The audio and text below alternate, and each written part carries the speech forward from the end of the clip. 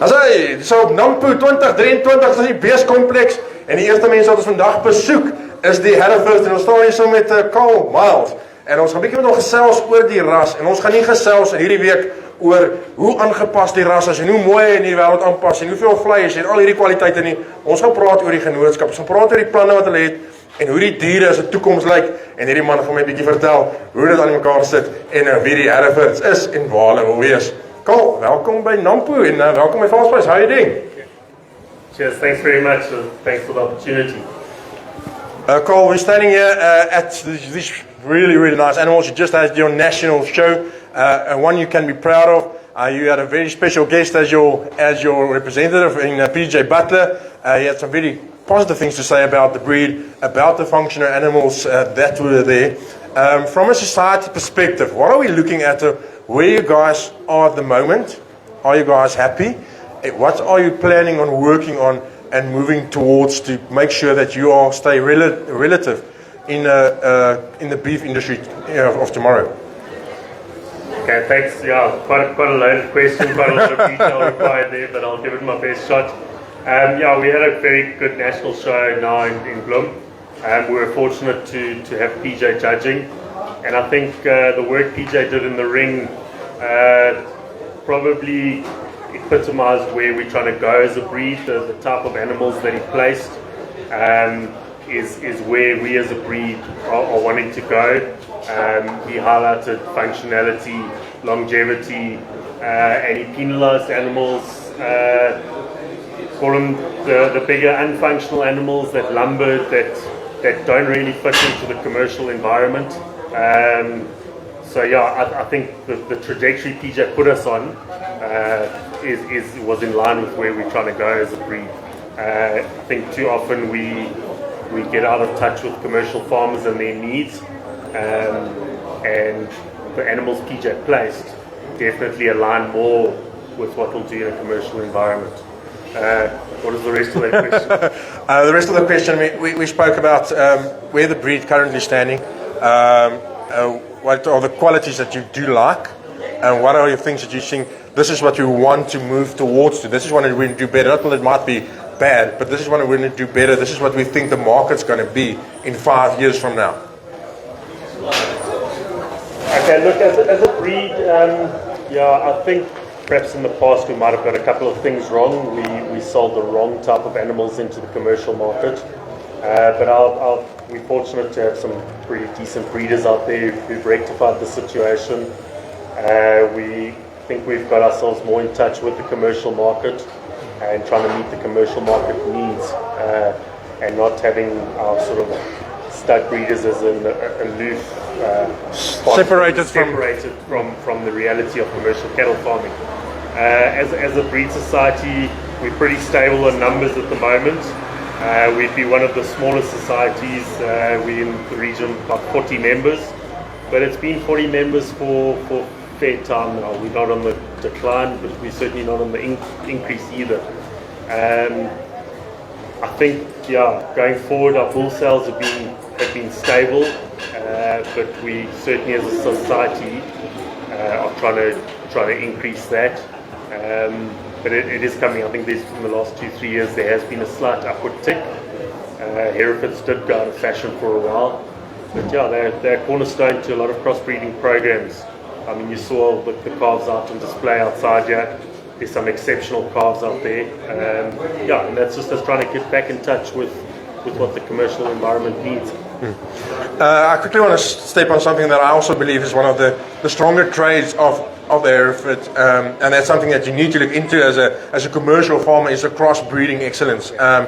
It's so far distinguished from a DNA perspective from most breeds, and when you put those together, you just get a beef explosion almost. And if you can see that with the Brahman, you can see it on the Boron, you can see it on most, even some of the European breeds and your synthetic breeds. You just see that beef explosion on your F1, and that is at the end of the day what a beef farmer is looking for. He's looking for that extra little beef to sell at the feedlot.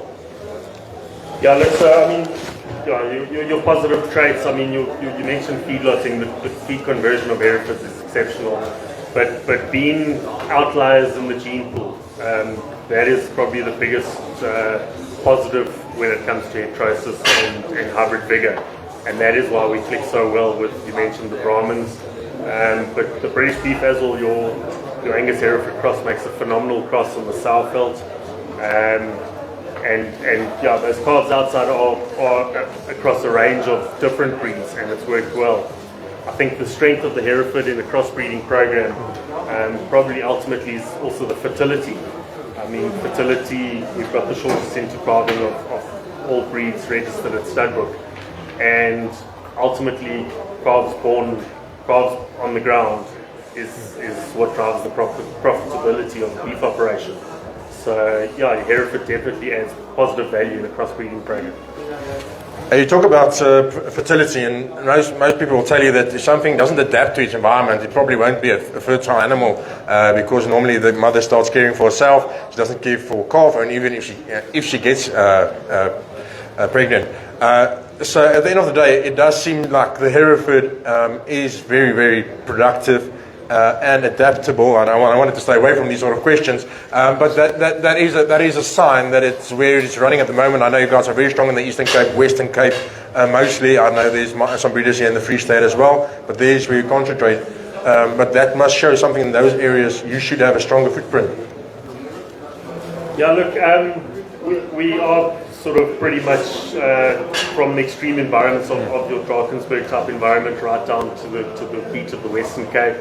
There are Herefords in the Karoo too, so from an adaptability point of view, we do have a decent footprint.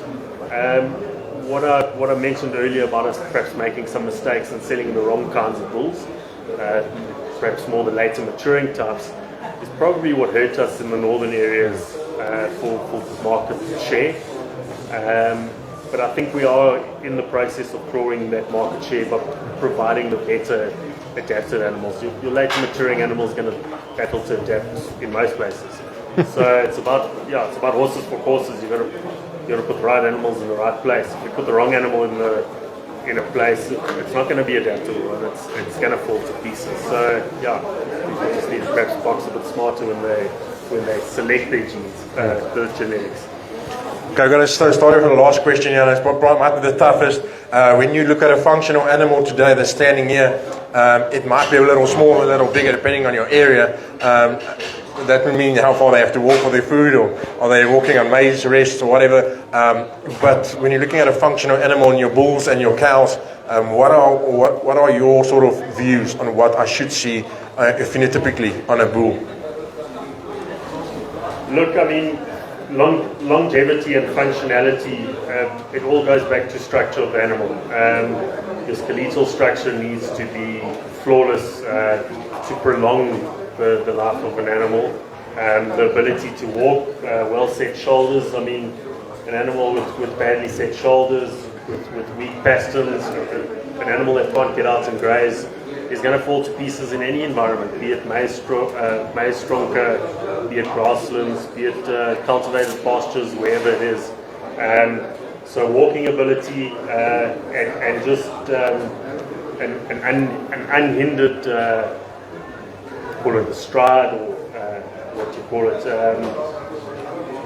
would come from structural correctness. So yeah, shoulders are important, feet are important.